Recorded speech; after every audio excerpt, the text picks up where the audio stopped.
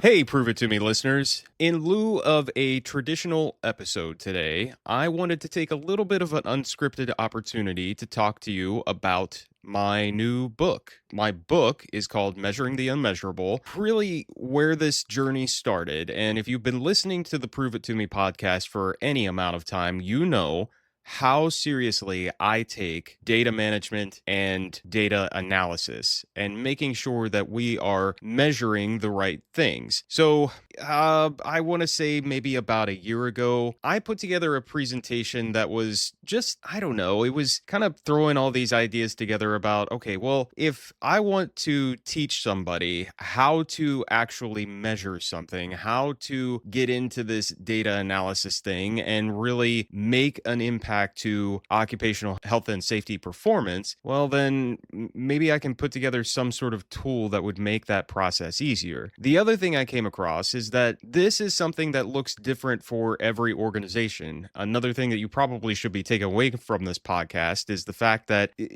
just because one study is able to prove something, able to put something together, and just because it happens in one industry or one country or one organization doesn't necessarily mean that it's going to translate to the other organization. So the thing that we have to work on is, what does each organization need to do to effectively measure and manage safety performance? So I started this book really as part of a follow-up to that presentation because I got a lot of folks that were interested. They were like, oh man, this is great. This is the best methodology that we've ever been given.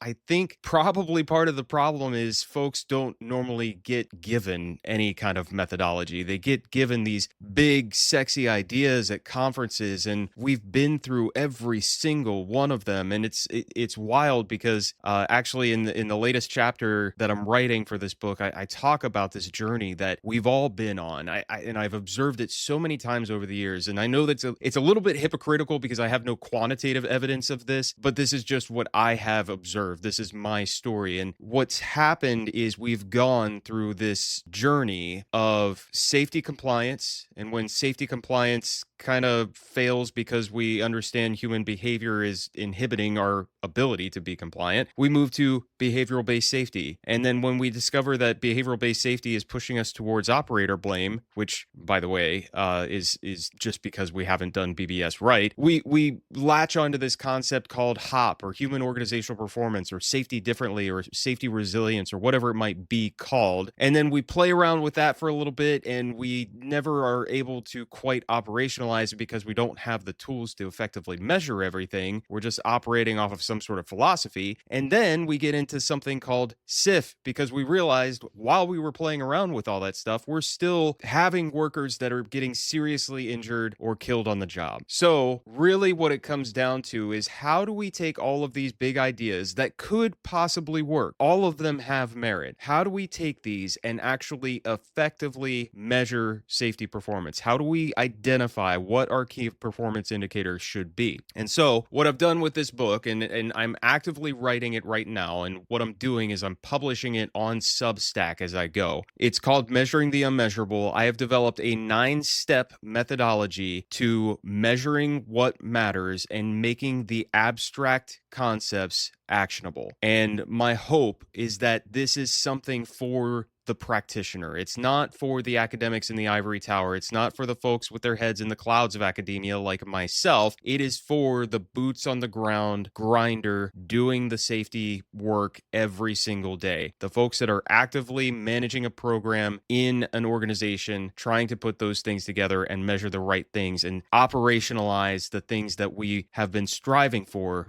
so long. So what I'd like you to do, if you are so interested, is check out the book. It's on Substack. It's drmattlaw.substack.com. That's drmattlaw, mattlaw.substack.com. If you go and check it out and subscribe right now, you can subscribe for free and get all of the initial part of the book as I publish it. Right now, I am currently writing chapter 3. I've already got the introduction, chapter 1, and chapter 2. Oh, no, sorry. Chapter 2 is not posted, on Substack yet. It is coming out next month. But if you want to be the first to see chapter 2, you got to subscribe to Substack. So that's it. Yeah, that's Measuring the Unmeasurable. I wanted to take a quick moment and talk to you about it because I'm sure that anybody who's an active listener of the Prove It To Me podcast is probably interested in the research, the science behind safety, and how to make all of these things actionable within an organization. So this is my opportunity to teach you exactly how to do that. We're going a lot deeper than we usually do on this podcast, so I hope that you find some enjoyment in that. Also, if you subscribe on Substack, I want to tell you a few things that are happening with that. So I'm on a 4-week cycle. My goal is to write 1 chapter a month, and right now I'm keeping pace with that pretty well.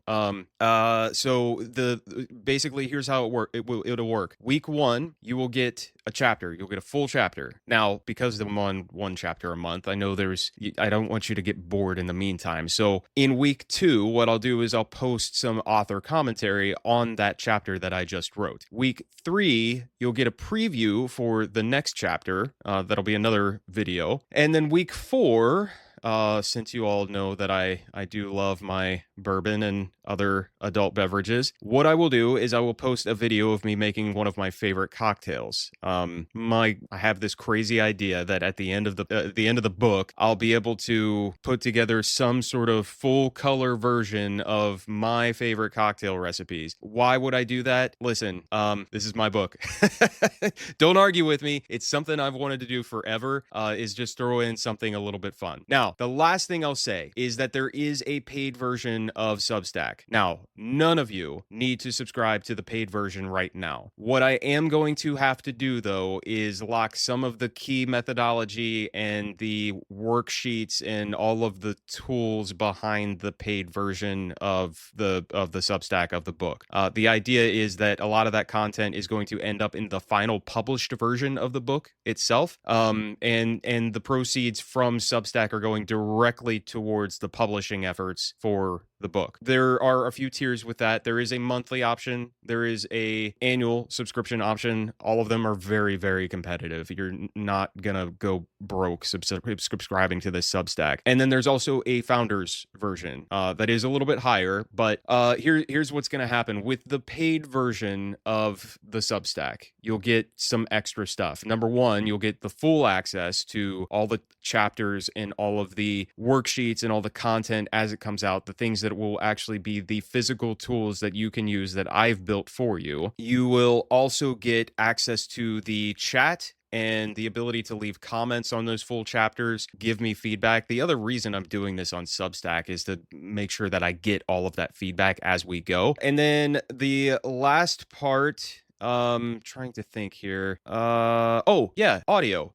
I will do an audio version of the book as I publish it. So the last one, so the founders version. So what comes extra with the founders subscription on Substack? So number 1, you will get a special opportunity to have a conversation with me about the book. So we will have periodic meetings on Zoom or whatever online platform we can use to have a conversation about the book, about the concepts. You can give me feedback directly live on those different concepts and what we're putting together. And you'll also, at the end of it, because it's a founder subscription, you will get a signed copy of the book. You won't have to pay extra for the book. You'll get a signed copy of the book, and you'll also get your name in the book as a founding member. So you'll be forever recognized as a critical component to getting this work done. So that's it. That's what the subscription looks like. But in the meantime, a lot of the stuff that's going to end up behind that paywall is not ready yet. So for now, just subscribe for free. I think all you have to do is put your email address in there. And I'm not going to bother you a whole lot, really. You're going to get an email once a week about whatever I'm posting that week. Maybe a couple things here and there in between, but I'm not going to spam you. I'm just there to make sure you get this content. So that's it. That is Measuring the Unmeasurable. It is on Substack, drmattlaw.substack.com. Hope that you all subscribe. Hope to see you all in the comments, leaving feedback on those chapters as I publish them. And of course, stay tuned for the next episode of Prove It To Me. I believe that the next one is going to have a special guest. So that's going to be exciting because you won't have to listen to just me for a whole episode. That should be posted next week. I know the interview is next week. I'm going to have to turn it around pretty quickly. I think I'll have time to do that. So look forward to that. The last thing, I know the question that's on everybody's minds, Dr. Law, how do you find enough time to actually sleep? I have a very good answer for that. So here's how I do it.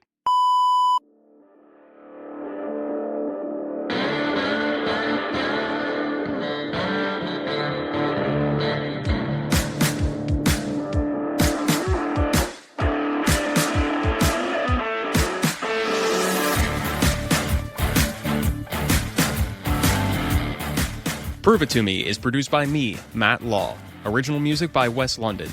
You can find this podcast on Podbean, Apple Podcasts, Spotify, YouTube, Amazon Music, and iHeartRadio. Like what you've heard so far? Please like, subscribe, and follow wherever you get your podcasts. And leave a 5-star review on Apple Podcasts. Got questions about what we talked about or research that you want to share? Send an email to contact@proveitpod.com. The views and opinions expressed in this podcast are those of the host and its guests and do not necessarily represent the official position, opinion, or strategies of their employers or companies. Examples of research and data analysis discussed within this podcast are only examples. They should not be utilized in the real world as the only solution available, as they are based on very limited, often single use case, and sometimes dated information. Assumptions made within this discussion about research and data analyses are not necessarily representative of the position of the host, the guests, or their employers or companies. No part of this podcast may be reproduced, stored in a retrieval system, or transmitted in any form or by any means, mechanical, electronic, recording, or otherwise, without prior written permission of the creator of the podcast. The presentation of the content by the guests does not necessarily constitute an active endorsement of the content by the host.